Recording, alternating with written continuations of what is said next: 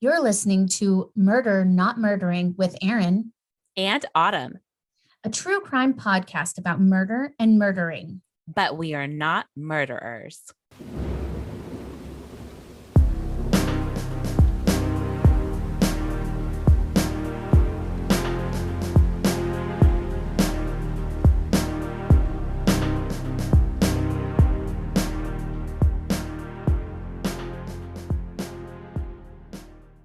All right, everybody, welcome back to Murder Not Murdering.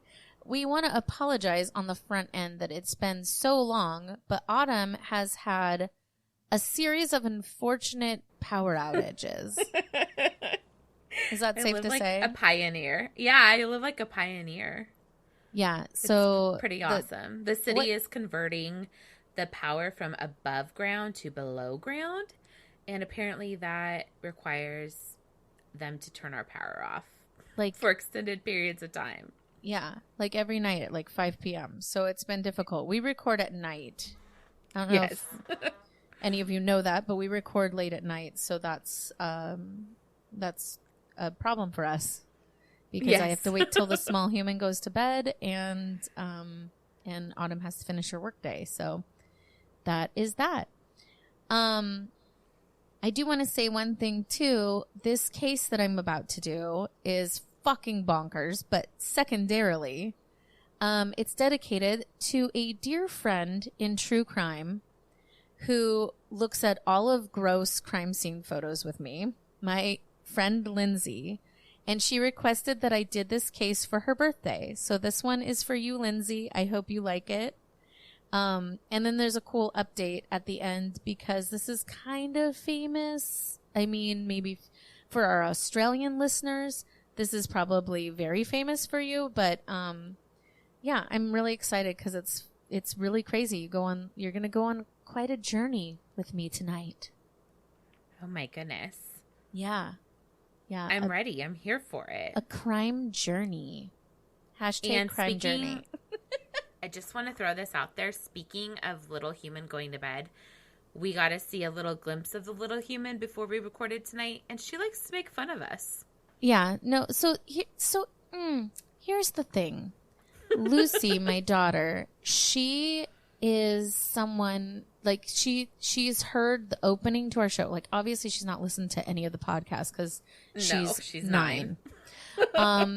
But she's heard the opening to the show, the little introduction, and she likes to imitate it. And I'm going to do an imitation of her imitation for all of you. Hi, thank you for listening to Murder Not Murdering with Erin and Autumn. We're going to sit here and talk about murder. Like, if you're into murder, we're going to talk about murder. There's murder and more murder. And, yeah, she does this on a regular basis. And I'm sorry, I don't think that's how I sound. Maybe slightly, but I never said my name Erin before in my life. So, no. Fun facts.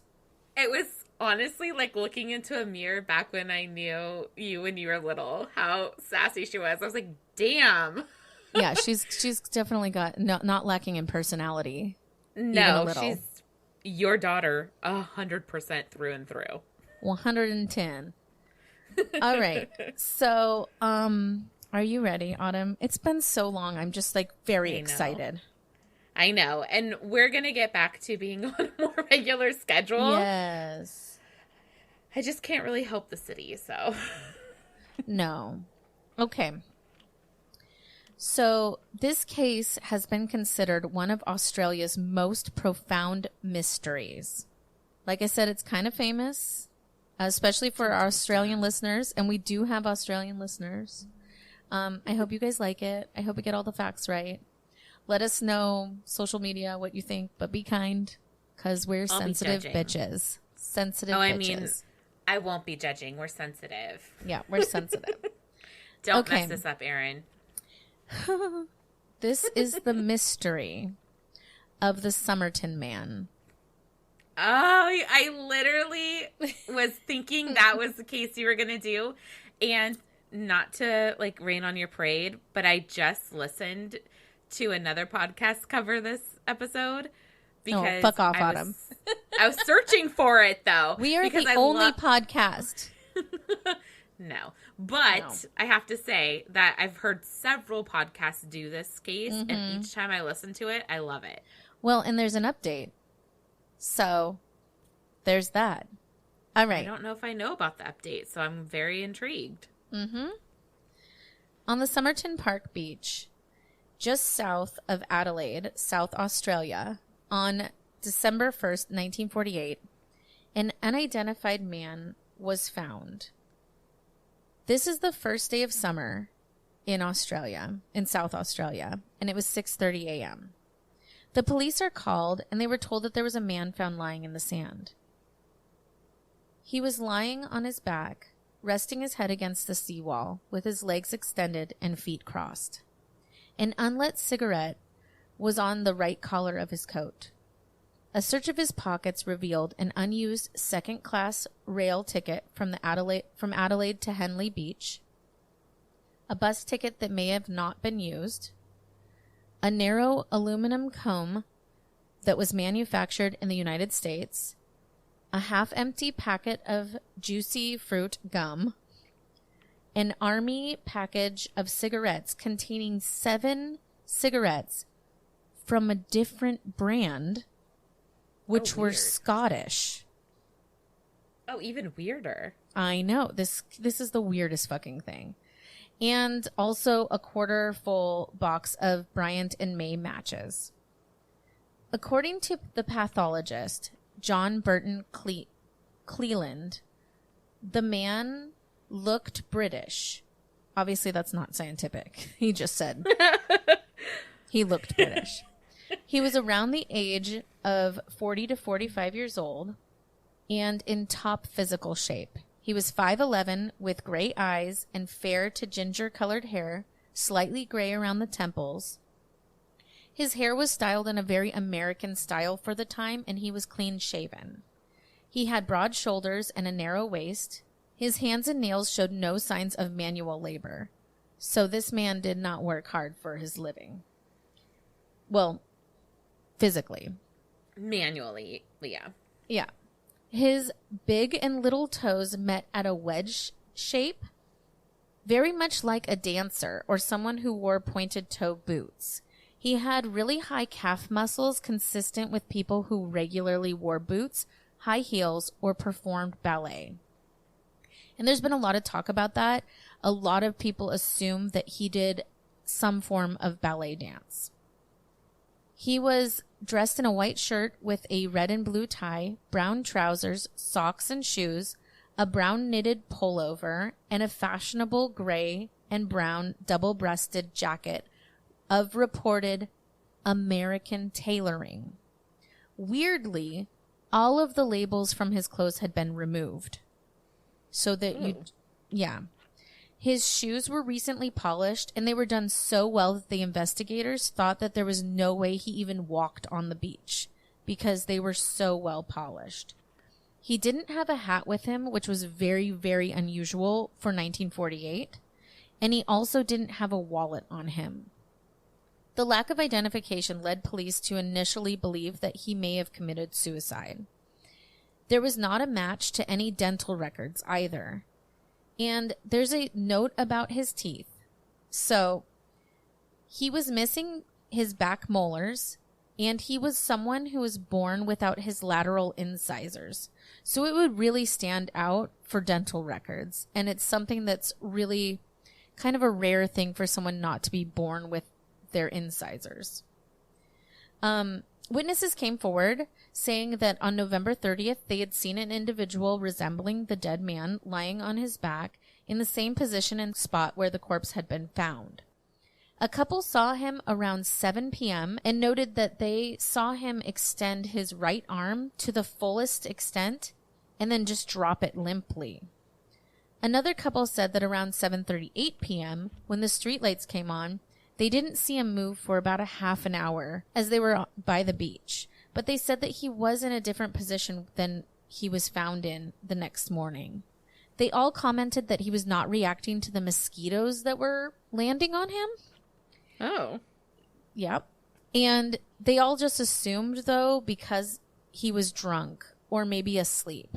One of these witnesses said she observed the man looking down at the sleeping man from atop the steps, so a different person looking down upon him. And another witness came forward in 1959, which is nearly a decade later, saying that he and 3 others had witnessed a well-dressed man carrying another man on his shoulders along Somerton Beach the night before the body was found. Of course, there's no proof of any of that, but it is something someone said, and I'm thorough. The autopsy showed that the man died around 2 a.m. on December 1st. The first notable thing was that his pupils were very, very small and weirdly shaped. He did not show any signs of a struggle. It showed that his last meal was a pasty, which is a common British baked good filled with meat and veggies, if you don't know. I didn't know. I was like, what the heck is that? And he had that maybe 3 to 4 hours before he died. Despite being in perfect shape, there were some concerns internally. His spleen was 3 times the regular size. His liver was bloated and filled with blood, and his stomach and kidneys also had blood in them.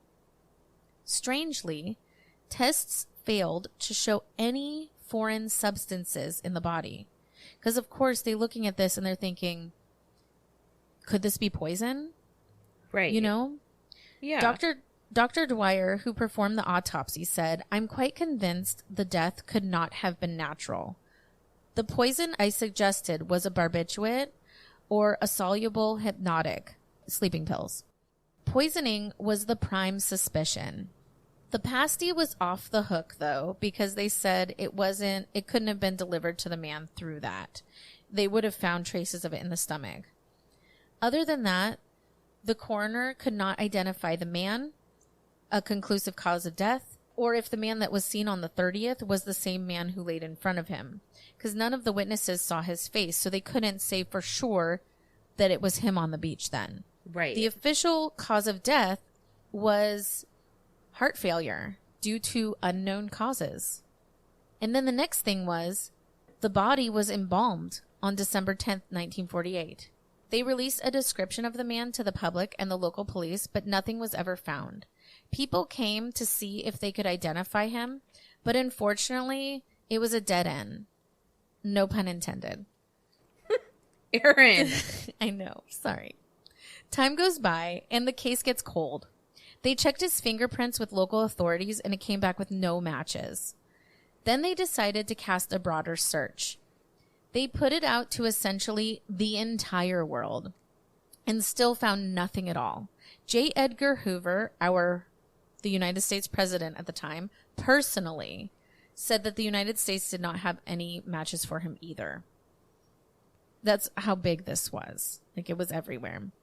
Mm-hmm. About a month after the Somerton Man was found, the police got a call from the Adelaide rail station that a suitcase had not been claimed since November 30th, the night that he supposedly was on the beach. They rushed over.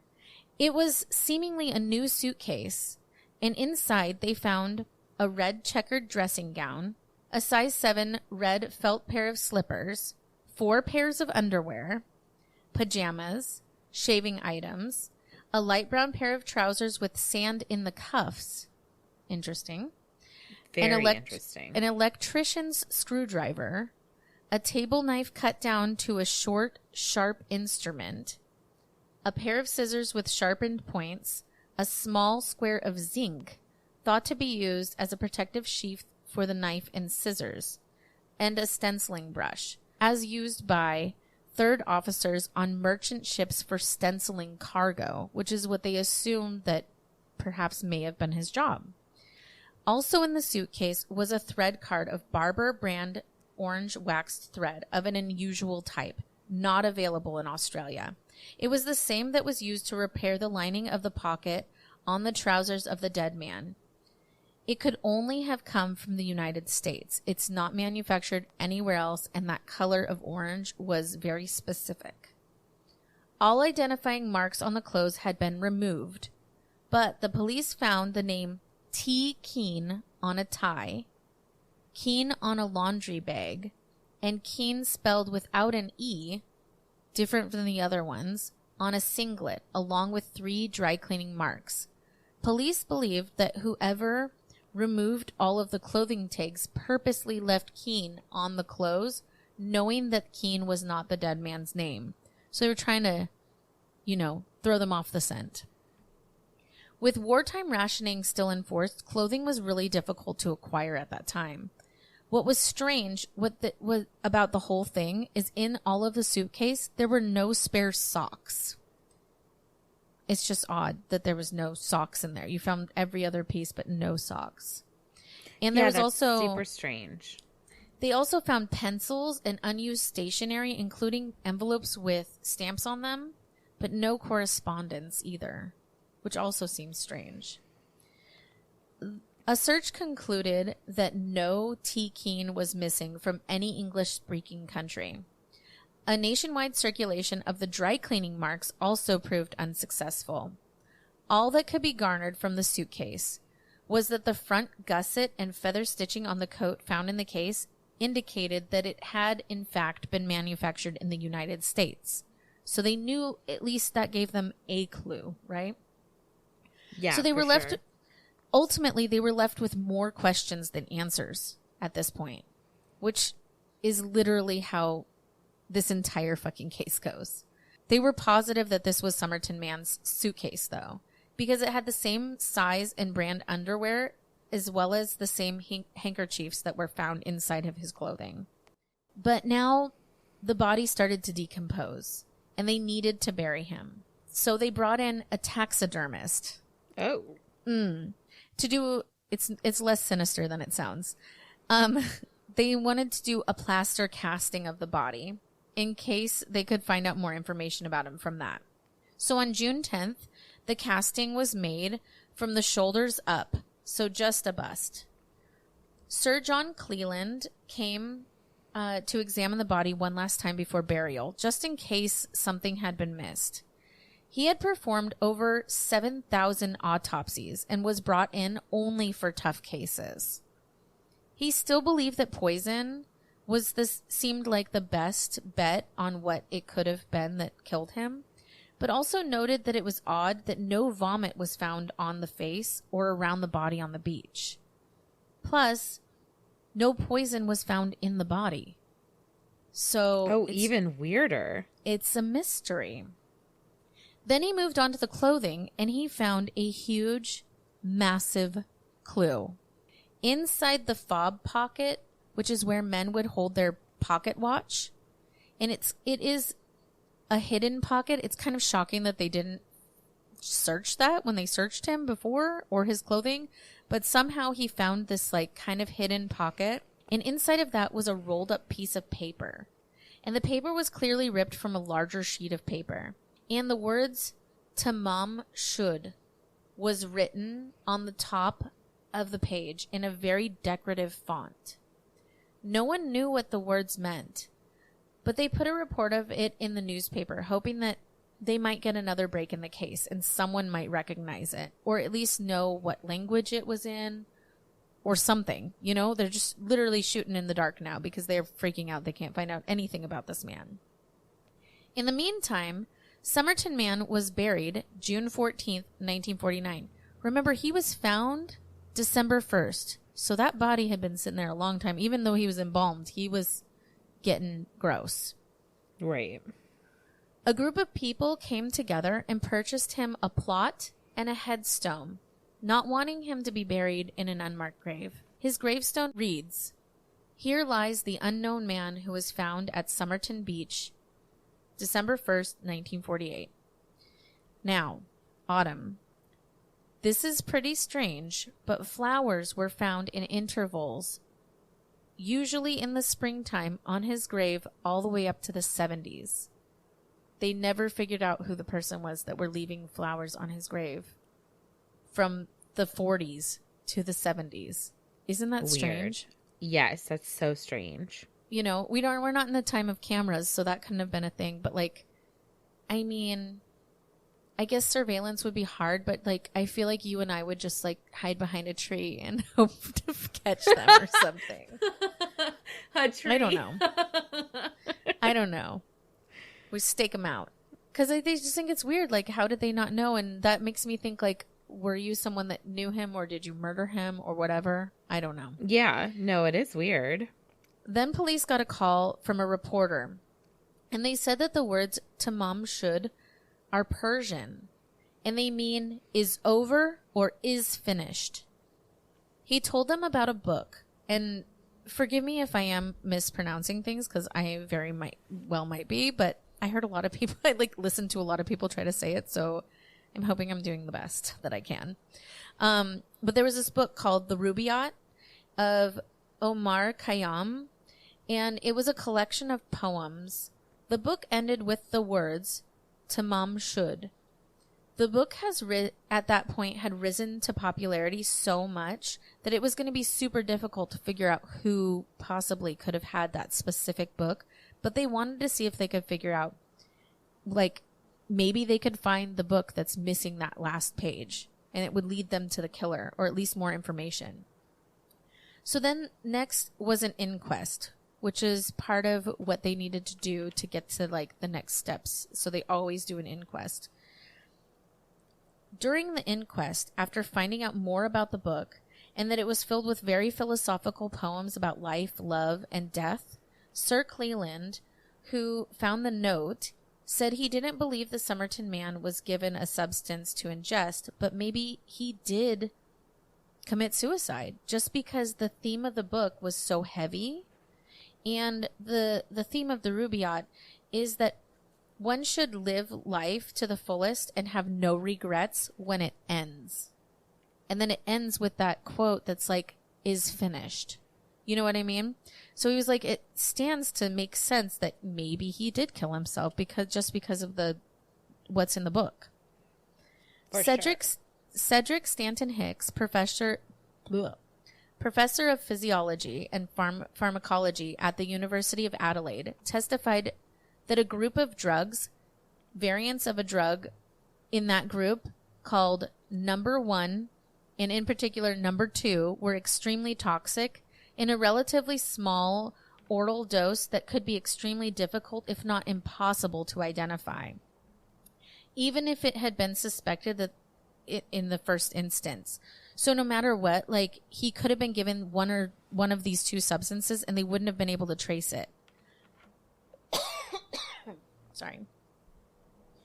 And so the other thing is, he gave that piece of paper with number 1 and number 2 with the actual names of it to Sir Cleland, because of the sensitive nature that those particular drugs would be easily gotten at any pharmacy, and they were not going to release that to any, like, would-be murderers, right? Because if they said out loud what those were going to be, then people could just go down to the pharmacy and, essentially kill people. So that's a good point. So it's literally written in the inquest that he, like, wrote them down and then passed them on a piece of paper. The substances weren't even released to the public until the 1980s, when they were laterly publicly identified as digitalis and strophantin. Digitalis you might know or heard of because it comes from the plant foxglove, which we all know is toxic. Yeah. Mm-hmm. Or it could have been strophantin, which became a replacement for digitalis. And both could have caused the heart troubles and death without even being detected at all. Because both of them were things that affected your heart, which is what he died of, right? So that makes sense. Hicks also stated that the death had occurred 7 hours after the man was last seen to move. And it would imply that maybe he had a massive dose of them, but no matter what, even if it was massive dose, it was still undetectable. Mm-hmm. It was noted that the last movement seen by a witness was 7 p.m. And the doctor said that actually could have been like the last convulsion preceding the death. So, like, they saw his arm go stiff and then it went super limp. So they said that might have just been a convulsion. Anyway, we still don't have any proof that it was caused by poisoning. So this is all speculation. Right. The inquest was inconclusive, and again, it all went cold. Until A businessman in July walked into the police station saying he had a copy of the Rubaiyat, and in the back of the book, the last page was torn out. What are the He odds? told, I know, right? He told police that he and his brother-in-law went for a drive back in November to the beach. They parked the car in the afternoon and walked around. They had left the windows open, and when they returned, they found this copy of the book, and both of them noticed it, but assumed the other one had brought it along. So they didn't say anything to each other. They were just like, oh, this book showed up, and I assumed it was yours. No, I thought it was yours. They didn't even talk about it at all. So it had been sitting there for months and months and months. And then finally one of the guys opened it up, and sure as shit, it was torn up, and their last page was torn off. So the police lined up the tear with, like, microscopically, and the piece of paper that was found in his pocket, it is a perfect match. This is the book that it was torn out of. They asked the man for more information, and what he remembered was on the exact day that the book showed up, it was the first day of summer, November 30th, the day the Somerton Man was seen on the beach. Oddly, the man's name and information couldn't be found anywhere because he chose to be anonymous. I don't understand this. Why the police did not take down his name or any information about him baffles me. He could have been the murderer. Like, he very well could have been the person that murdered him and was just like, ha ha ha, let's see what happens. And he was like, no, keep my name out of it. And they were like, okay, cool, no problem. Right? Like, that's bizarre. It blows my mind. Now they start to go through the book, right, with a fine-tooth comb, hoping that maybe they could find, like, notes in it or something that would lead them to some sort of answers. But what they found appeared to be some kind of code. In the back of the book were faint indentations representing 5 lines of text in capital letters. The second line had a line through it, a fact considered to be significant because of its similarities to the 4th line and the possibility that it represented an error in encryption. Like, he was like, oh shit, I fucked up my code, so not that part, but I'll add it in the bottom. So initially, the letters were thought to be words maybe in a foreign language before they realized it was definitely a code.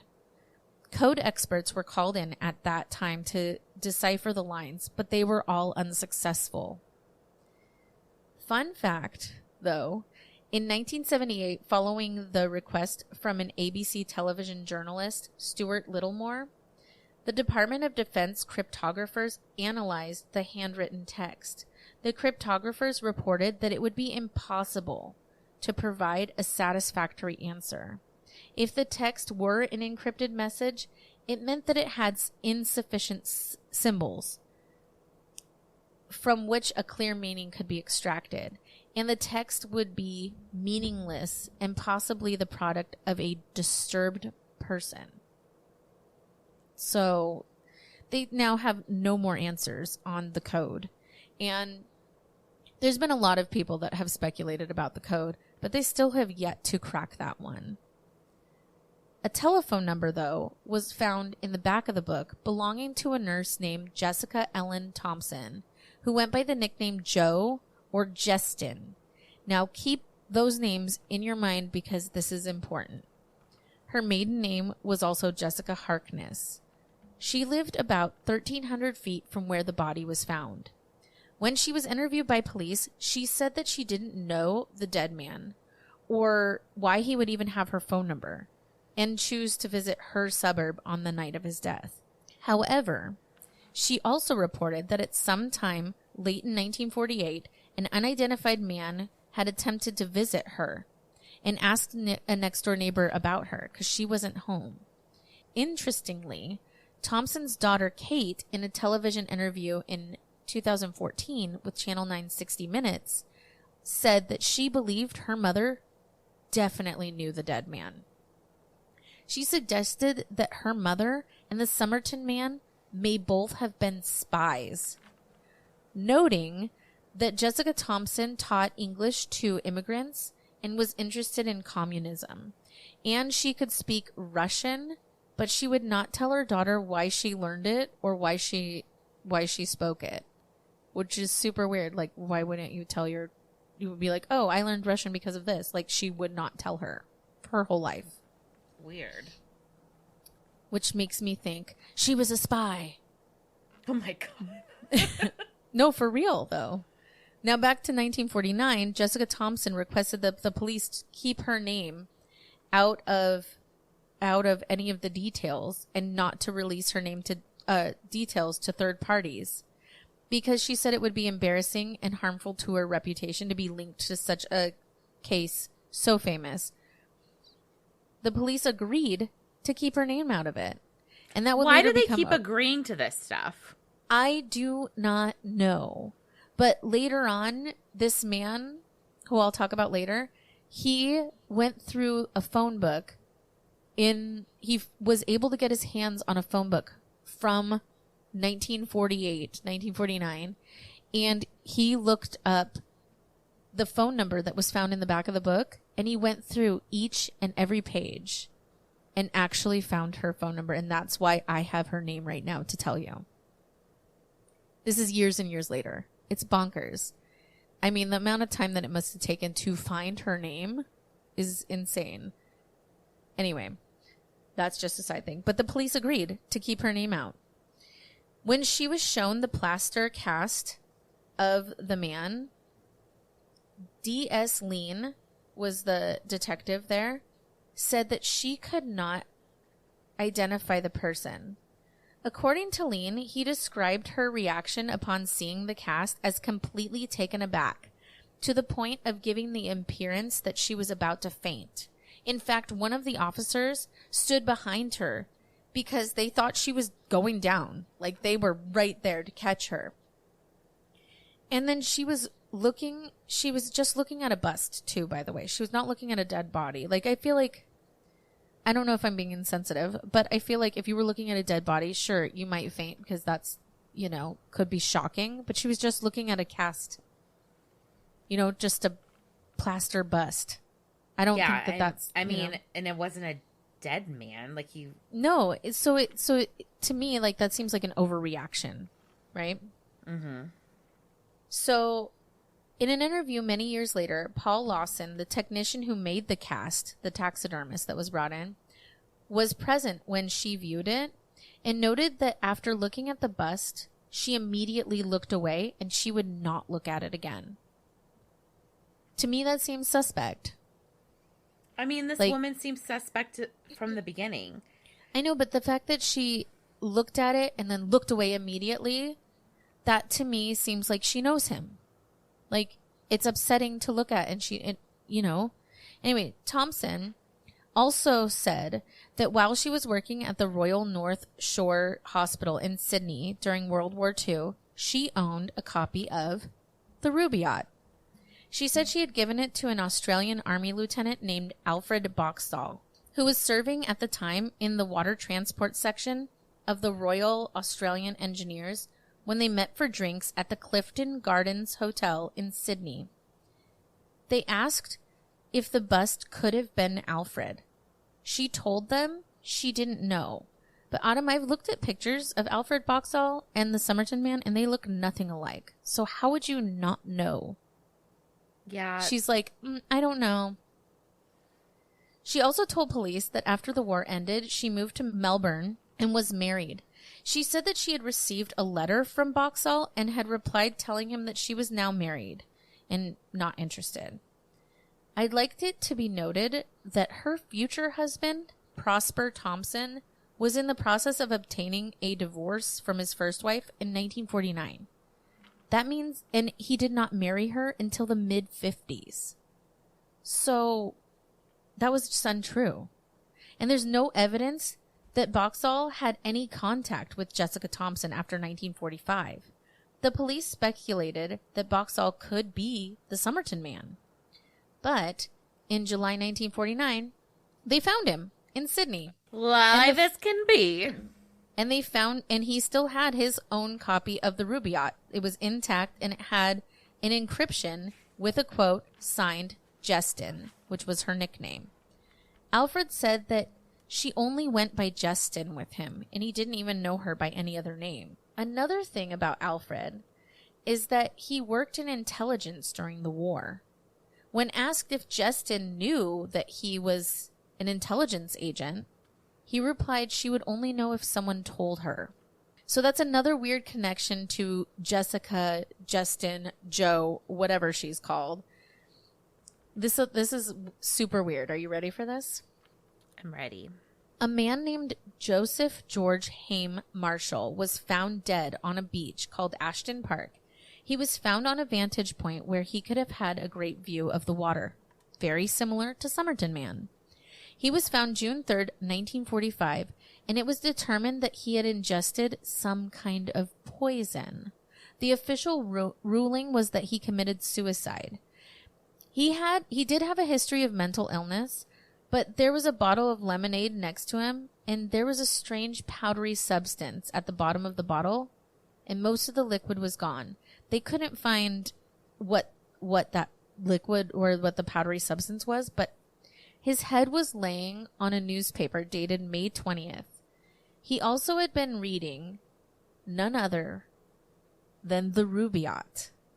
This book is like so weird that it's so much in common with all these people. It's just such a random thing. There was also a quote written in the book in pencil. The area where he was found was walking distance to where Al and Jessica met for drinks at the Clifton Gardens Hotel in Sydney in 1945. He was killed in 1945. I don't know. It seems odd that he's found almost exactly the same way to a place that she was also at. It's just a coincidence, or it isn't. It's probably not. Now we're going to jump ahead for a minute to March 2009. A University of Adelaide team led by Professor Derek Abbott, and he's super important in all this, began to attempt to solve the case through cracking the code and proposing to exhume the body to test for DNA because they didn't have DNA back then. Or we all had it, but they couldn't test for it. Autumn. In the findings by Professor Abbott, an investigation had shown that the Somerton Man's autopsy reports from 1948 and 1949 were now missing. The original copy of that Rubaiyat also missing. The suitcase gone. They had over the years lost basically all of the evidence. Why does that not surprise me? Professor Henneberg, a professor of anatomy at the University of Adelaide, examined the images of the Somerton Man's ears and found that his Simba, sorry. Oh my God. Please. It's Simba, but it just makes me think of Lion King, right? Oh my God. Simba. Okay, that's enough. Yeah. Sorry. It was funny. Which is like your upper ear hollow area. It's larger than his cavum, which is the lower ear hollow. And we're going to post pictures. So look on the Insta and you'll see why it looks different. It's a feature possessed by only 1 to 2% of the Caucasian population.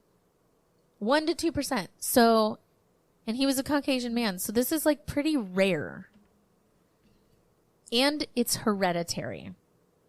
In May 2009, Abbott consulted with dental experts who concluded that the Somerton Man had hypodontia, which is a rare genetic disorder where he's missing. He was born without his lateral incisors, a feature presented in only 2% of the general population. So that makes him pretty rare, and both of these things are hereditary, which means if we find DNA, these might be things that help you find who he was, right? Mm-hmm. In June 2010, Abbott obtained a photograph of Jessica, Joe, Justin, Lady Thompson, and a picture of her eldest son, Robin, which clearly shows that he, like the unknown man, had a larger Simba and then cavum, and also showed that he was missing his lateral incisors. The chance of this coincidence would be 1 in 10 million and 1 in 20 million that they would both have the same thing. Oh, wow. So the media has suggested that Robin Thompson, her son, who was 16 months old in 1948 and died in 2009, may have been the child of the Somerton Man and was passed off as her husband's son. That's But why not she's with so those important in this. genetic markers. Had those genetic markers. I mean, 1 in 10 million, 1 in 20 million to have the exact same thing. It's pretty fucking, but he died, so they don't have his DNA, right? Right. So DNA testing would confirm or eliminate that speculation, right? Abbott believed that an exhumation and a DNA test could link Somerton Man to a short list of surnames along with the existing clues of the man's identity. And this would be the final piece of the puzzle. We'd know who he was, right? So after discovering that Robin Thompson died, Abbott contacted Rachel, the daughter of Roma Egan and Robin Thompson. Oh, and also to be noted, Robin Thompson was a ballet dancer. If Somerton Man was also, I don't know. It's still so much speculation, but like I said, he found Rachel, the daughter of Roma Egan and Robin Thompson, she had been adopted and she grew up in New Zealand. This is crazy. So Derek Abbott, the man investigating Somerton Man, going through, meeting these people, thinking he might be connected to them. He went out to dinner with Rachel and they fucking hit it off, man. They are now married. They married in 2010 and they have 3 kids together. He fell in love with the woman he suspected to be related to Somerton Man. Wow. It's bonkers. That is bonkers. The family has a painting of Somerton Man hanging in their home, believing he is their family. So in July 2013, Abbott released an artistic impression that he commissioned of Somerton Man, believing that it might help lead to the investigation. All this time, we'd been publishing the autopsy photo, and it's hard to tell what something looks like from that. So when you look at the picture, and again, this will be posted, it's more lifelike, and it's not, he's laying down and, obviously his face, when he's dead. Obviously his face is not lifelike, or, you can't really see where, the face lies because he's laying on his back. But with the face up, you could see, you could compare to pictures and be like, oh yeah, that might be him, It's a lot easier, and it makes it more human, right? Mm-hmm. In December 2017, Abbott announced that he found 3 excellent hairs right at the development stage for extracting DNA in the plaster cast of the corpse. They had been submitted for analysis to the Australian Centre of Ancient DNA at the University of Adelaide. Processing the results could reportedly take up to a year. While much of the DNA had been degraded, in February 2018, a University of Adelaide team obtained a high-definition analysis of the mitochondrial DNA from the hair sample of Somerton Man. They found that Somerton Man belonged to a group called, it's a lot of the H4A1A1A, possessed by only 1% of Europeans.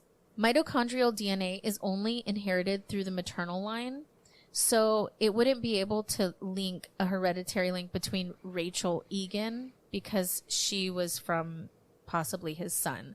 So that doesn't help, but it could help. Anyway, in October 2019, the Attorney General, Vicky Chapman, granted the approval to exhume the Somerton Man's body for DNA analysis. The parties interested in the analysis agreed to cover the costs. A comparison to Rachel Egan would be performed to see the potential of being Somerton Man's granddaughter. But also, with 23andMe and all of these DNA things, who knows? You could find a match to so many people. You have no idea, but it might lead back to who this man is. The exhumation was carried out May 19th, 2021. The remains were deeper in the ground than they previously thought, and Dr. Anne Cotton of the Forensic Science of South Australia said the technology available to us now is clearly light years ahead of techniques available when the body was first discovered in the 40s, and the tests that they would use would be every method at our disposal to try and bring closure to this enduring mystery. Speaking at the gravesite, ahead of the exhumation that happened last year, was Detective Superintendent Bray. And it was important. It was important. Sorry, we have a connection to that last name. So Just a little one. just a smidgen. And he said, it was important for everybody to remember that Somerton Man is not just a curiosity or a mystery to be solved. It's somebody's father, son, and perhaps grandfather, uncle, or brother. And that's why we're doing this, to try to identify him. There are a lot of people we know that live in Adelaide, and they believe they might be related, and they deserve to have a definitive answer. Despite the fact that Somerton Man was exhumed May 2021, they still have not revealed the results. We are still waiting, and I will update if anything comes up from it. I have searched all of the internets to find any information on the DNA, and there's nothing.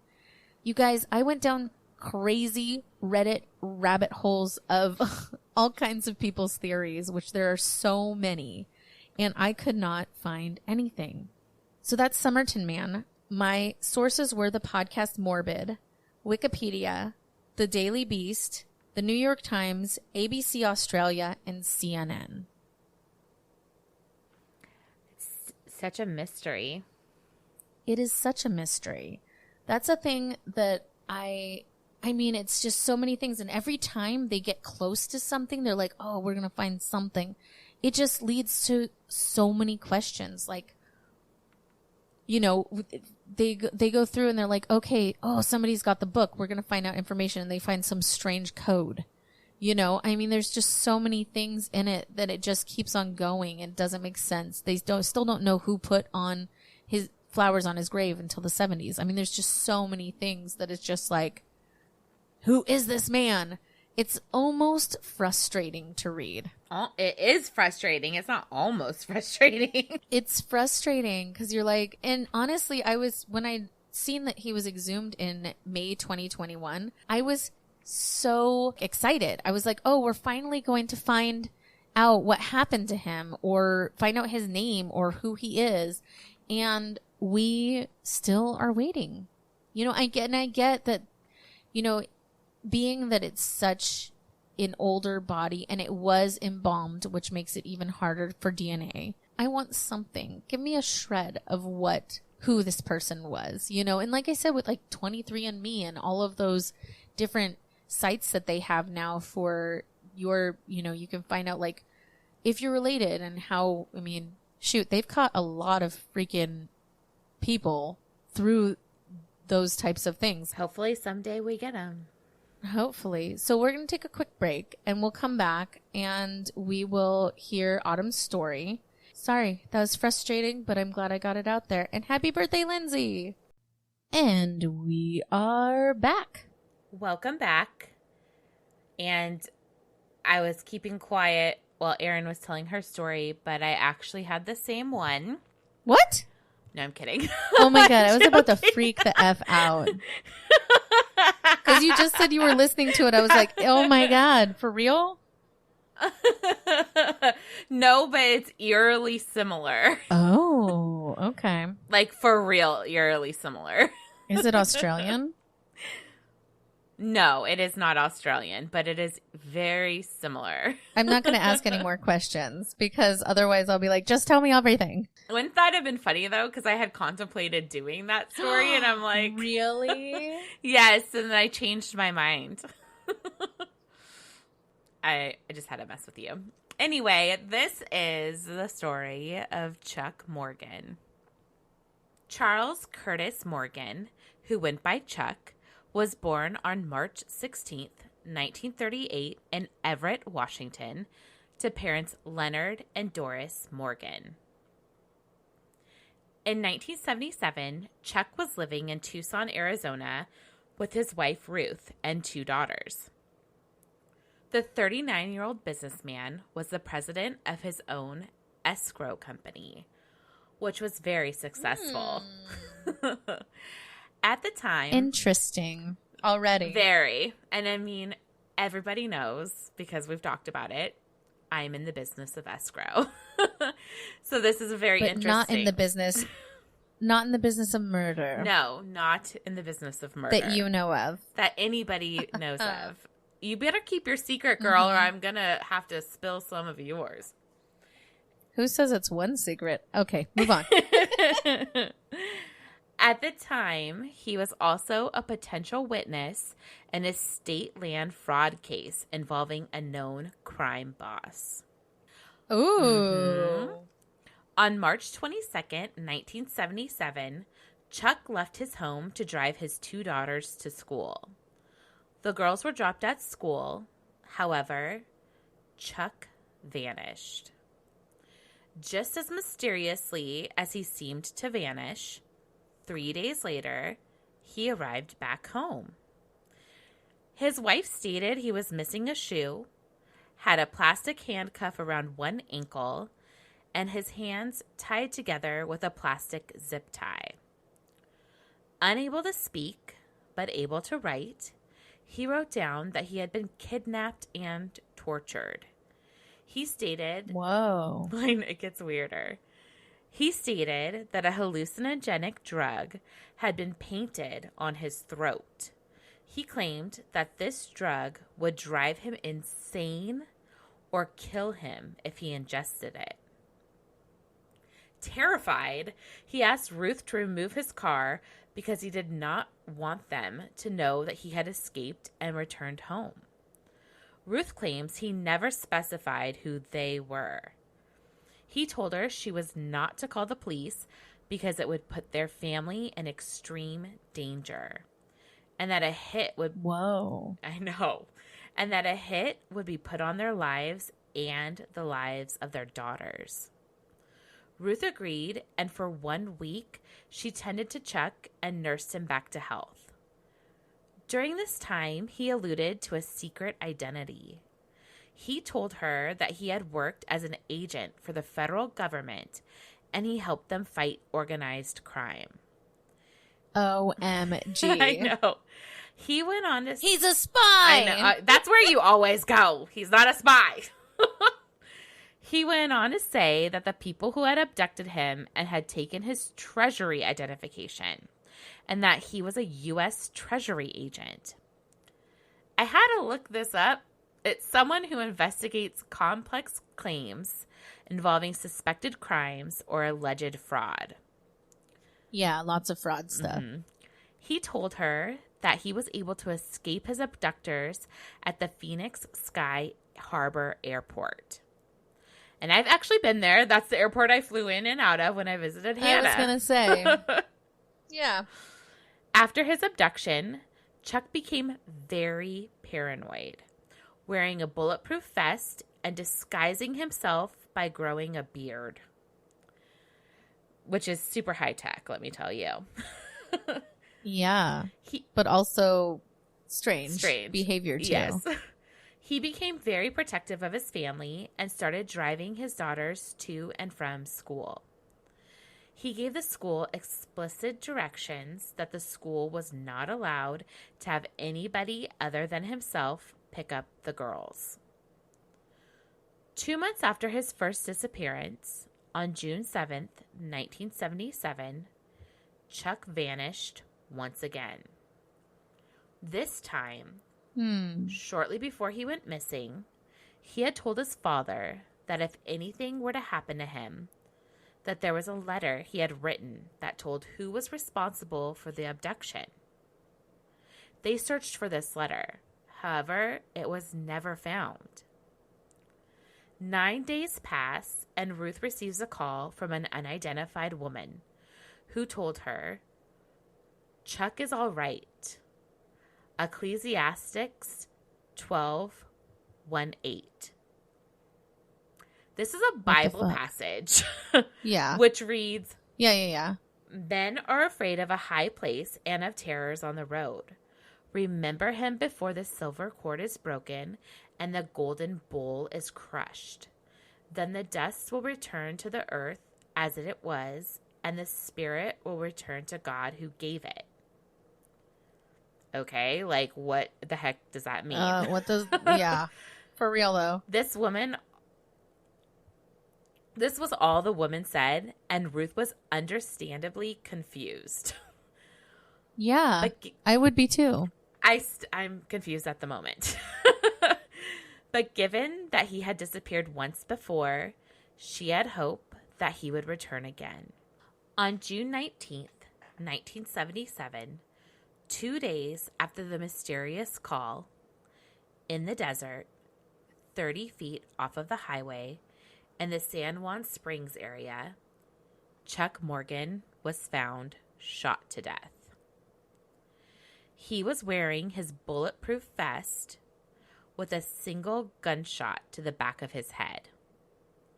His .357 Magnum was found lying beside him. Police were not able to pull any fingerprints from the weapon. His hands were tested for gunshot residue, and his left hand tested positive, indicating that he had fired a weapon. Yeah, so they're suspecting maybe suicide? Maybe, but I mean, he had a single gunshot to the back of his head. Yeah, no, that doesn't make sense. Investigators searched his car and found a note that had directions to the crime scene written in Chuck's handwriting. Several weapons, ammunition, a CB radio, and a piece of one of Chuck's teeth was found wrapped in a white handkerchief in the back seat. That's creepy. Mm-hmm. They also found a pair of sunglasses that his family insisted did not belong to him. Chuck had clipped a $2 bill on the inside of his underwear. Written on the bill were 7 Spanish names from the letters A to G. Also, Ecclesiastes 12 was written with the verses 1 to 8 marked by arrows drawn on the bill's serial number. What the fuck? I know. The same Bible verse that the unidentified female caller had referenced to his wife, Ruth. What the actual fuck? I know. On the back of the $2 bill, all the signers of the Declaration of Independence were numbered 1 through 7. They also found a map drawn out showing several roads between Tucson and the Mexican border. Specifically, the towns of Robles Junction and Sosabe were marked. These towns were known to authorities for smuggling. Oh. But like a treasury agent wouldn't really be like on the ground doing that. It's bizarre. Yeah. It doesn't really make sense. No. 2 days after Chuck's body was found, an anonymous woman who claimed her nickname was Green Eyes spoke to a police officer from the Pima County Sheriff's Department on the phone. She told him that she was supposed to meet up with Chuck at a local motel shortly before he had died. She claimed to be the woman that had called Ruth several days earlier and had told her that Chuck was alive and gave the Bible verse. Oh. She gave some new information that at the motel, Chuck showed her a briefcase containing several $1,000s in cash. She states he told her that the money would buy him freedom, that a gang contract had been put on his life. Shortly after Chuck's death, his car that was impounded and in police possession was broken into and his escrow office was ransacked. 3 weeks after his death, 2 men who claimed to be FBI agents came to his house and told his wife that they needed to look through the home. She states that they tore the house apart and were there for a while searching the home. This feels very mob-centric. Very. Although he disappeared under very strange circumstances and the events after his death had been equally mysterious, the authorities ruled that Chuck had committed suicide. They believed, with the gunshot to the back of his head. Yes. Okay. They believed he was in financial trouble or he had feared for his safety, which Okay, but how I did he mean, shoot himself yeah. in the back of the head? For real. And then, like, all of the weird things with the $2 bill and Yes. the sunglasses that weren't his, and It's just all of all these so things. strange. Very strange. Very strange. Not surprisingly, his family did not believe that he had committed suicide. A reporter named Don Devereaux also believed that he had not committed suicide and believed that Chuck had actually been murdered. Good. I feel like, too, like, a lot of times when you get a reporter involved, they go so hard to find the evidence or the information. So thank God they had somebody on their side and from media. 100%. I mean, media can be a detriment, but also can be so fucking helpful. Agreed. Don had called the FBI to see if they had found anything of substance when they searched the Morgan home. But when he called them, the FBI claimed they had never even heard of Chuck Morgan. Some popular theories regarding the case are that even though Chuck had told Ruth he was part of the government that was working to fight organized crime, that he was actually the one involved with it. In the It gets weird. In the 1970s, Tucson had a handful of other cities in Arizona were a popular destination for the mafia. It was preferred because of its warm weather and controversial justice system. A well-known Don from New York named Joseph Bonanno had moved there. Oh, I know the Bonanno crime family. Mm-hmm. I've seen enough documentaries. Yes, he's very famous. And he had moved Very. there with more than 500 racketeers following him. Yeah. There were gang-style killings in the area, including a famous murder of investigative reporter Don Bowles. Arizona was desirable to criminals because there was a unique state law that allowed them to buy land through numbered blind trust accounts. This would allow them to remain anonymous and successfully launder money. Chuck, being a real estate escrow agent, did work for at least one mafia family. They used him to do escrow work for purchases of gold bullion and platinum. This was a very convenient way to launder money. Yes, it was. Starting in 1973, he was doing several $1 million of escrow work in bullion and platinum. In reality, there was no bullion or platinum. Instead, the money was being moved through several escrow accounts and legitimized. Chuck had told his wife that money laundering was very prevalent in Tucson, but he insisted that he was not involved in something like that. People have theorized that Chuck was killed by members of organized crime in the Tucson area because the mafia family that he worked for had killed him because he knew too much, and they needed to keep him quiet. I mean, that would make sense, but also, like, they could have threatened him, and that's why he laundered the money for them. You know, when he was so scared that he thought his family was, you know, going to get killed and all of that stuff. He could have been forced. He could have very well been laundering the money for them, you know, but maybe forcibly. Right. If Chuck was a good guy, as I'm painting him to be in my brain. Oh, okay. Another theory is that organized crime bosses had put a hit out on Chuck.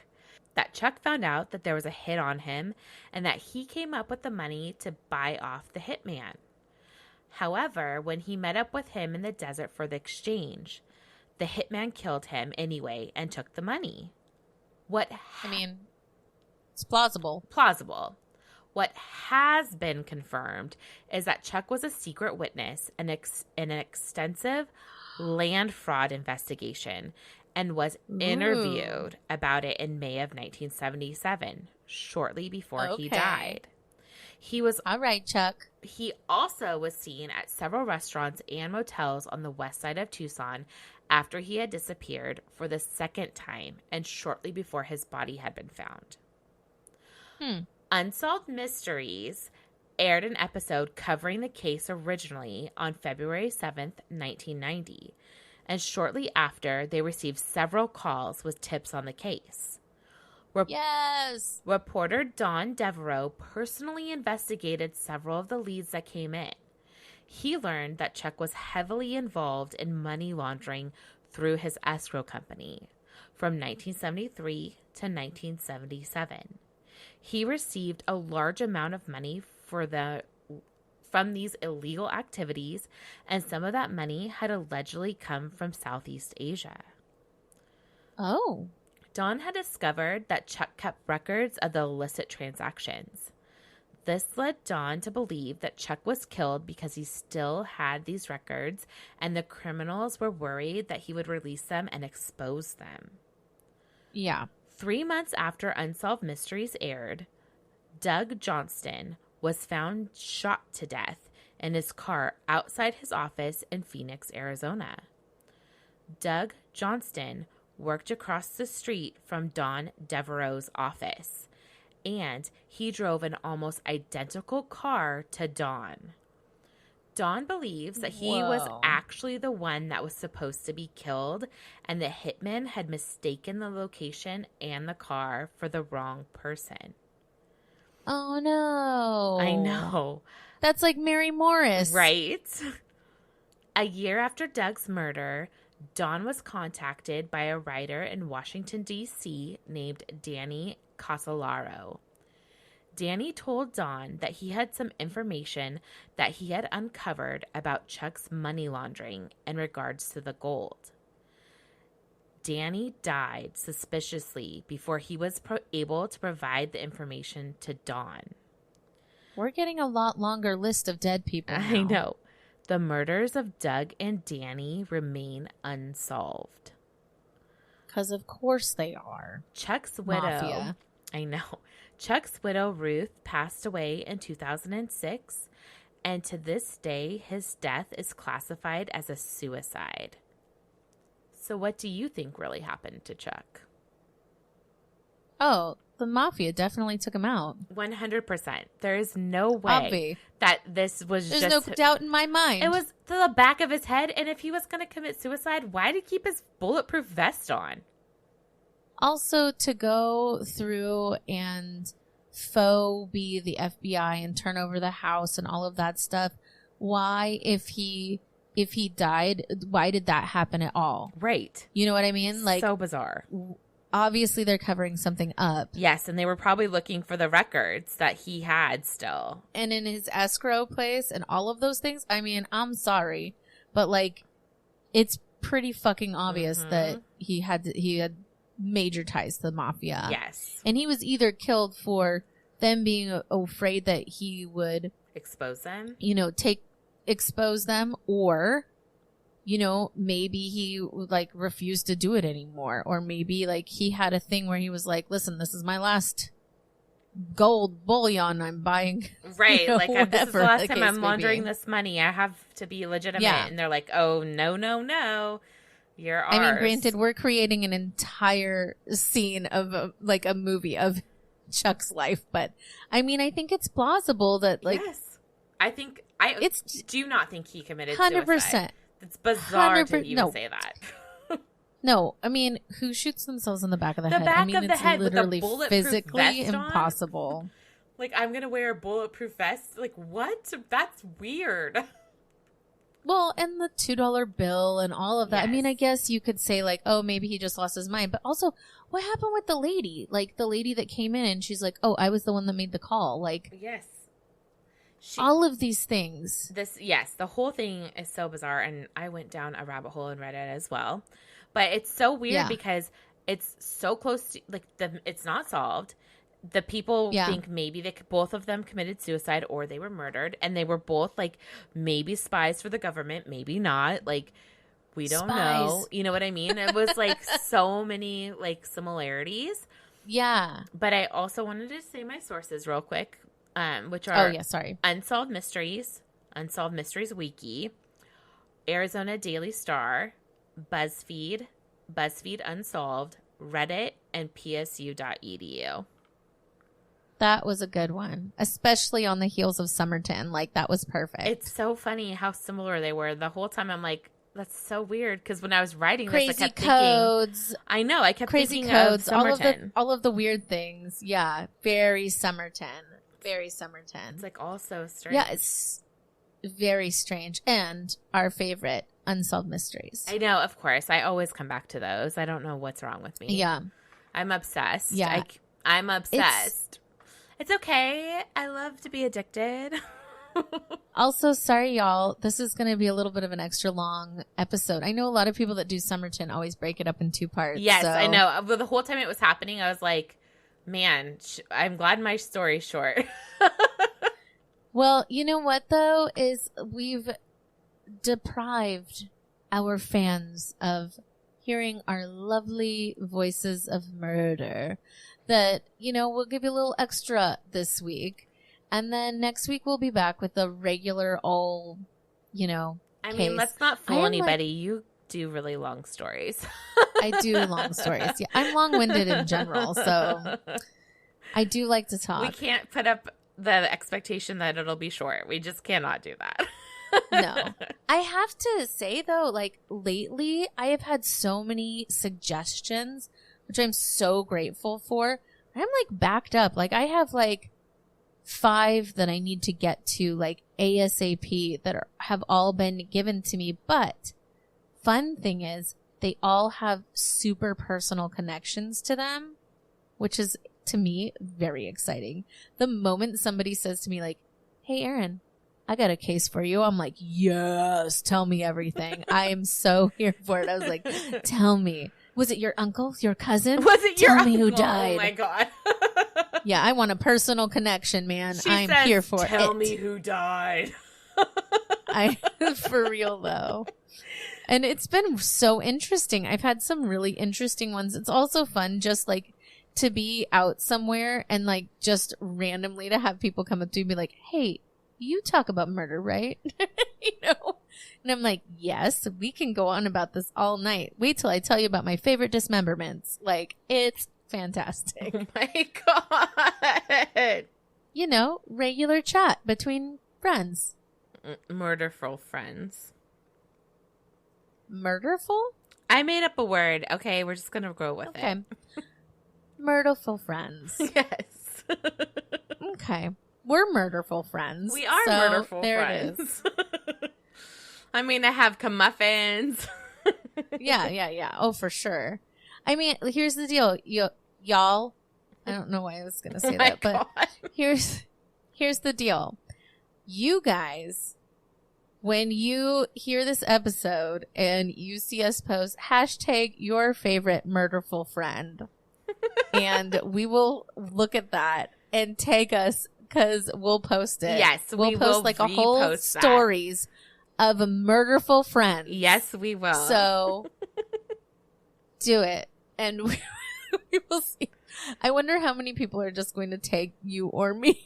I'm very curious. Actual friends. I'm very curious. Yeah.